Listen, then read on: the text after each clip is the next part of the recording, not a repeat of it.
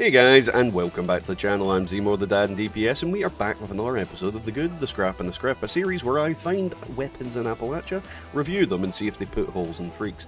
But before we get into the video, don't forget to leave a like, a comment, and subscribe. Who helps Darth Vader go to the toilet? A Storm Pooper.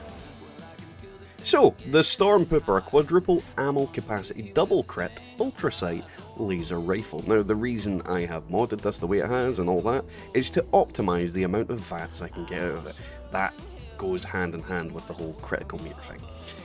Overall, hopefully should be a relatively decent weapon. We'll get to see how well it does and if it turns things into paste or is absolute crap. But yeah, let's get on with it. So in terms of how this weapon works, it is very, very heavy on your AP cost. On top of that, it is unable to be stealthed. So when you use this weapon, you have to kind of rely on being able to take things down relatively quick, and hopefully them not sneaking up on you and beating the living daylights out of you. This isn't really an issue in situations like this, but as you're seeing with my AP, it's going down really fast, and I'm kind of relying on Grim Reaper's sprint in order to use it. So it kind of makes me feel like maybe VATS crits is not one of the better effects on this weapon, on a standpoint of damage.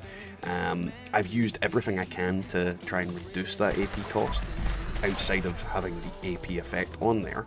But overall, it does quite well. I mean, it's killing these ghouls fairly easily. They're not the tankiest of enemies in the game, so you will probably notice that you're only going to get one enemy worth of AP against maybe super mutants and whatnot.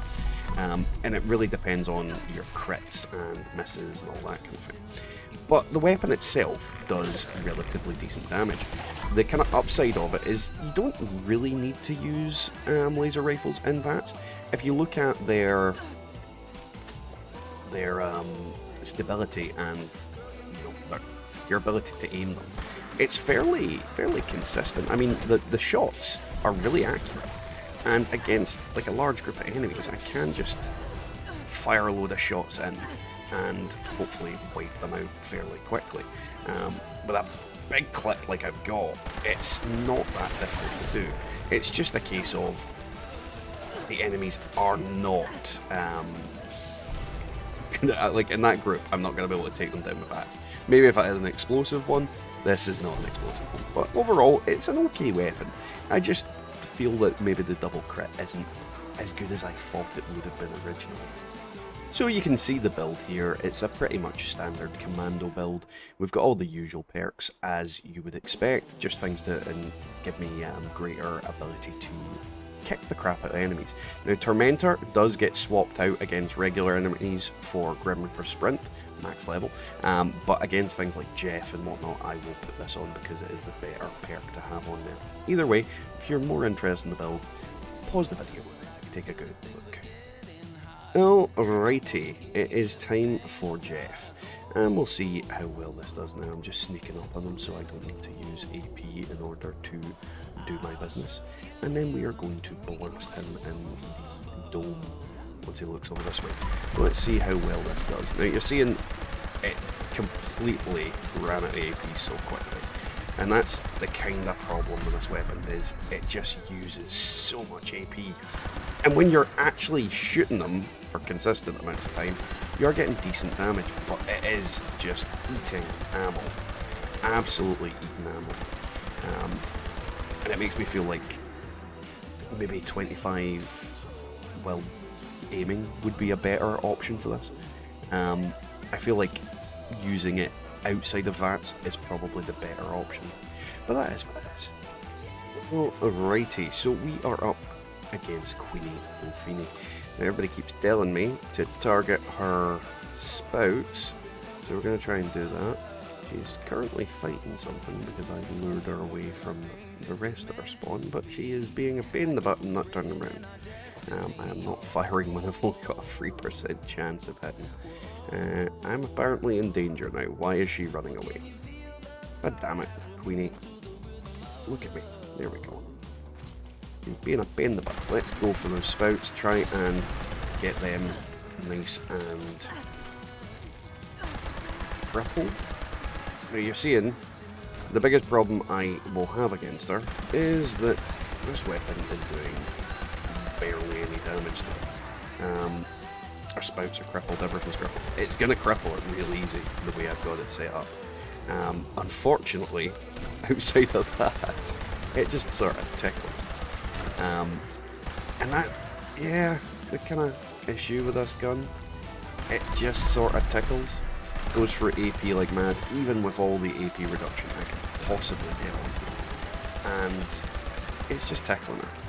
So do I think this is something you can use to kill the Mirelurk Queen? Yeah, of course. Like any gun, you really can kill her quite, easily by crippling her. But I wouldn't. It's not worth the ammo. So, how does this weapon fare in daily ops? Well, let's be honest. The weapon is fairly disappointing as an automatic rifle.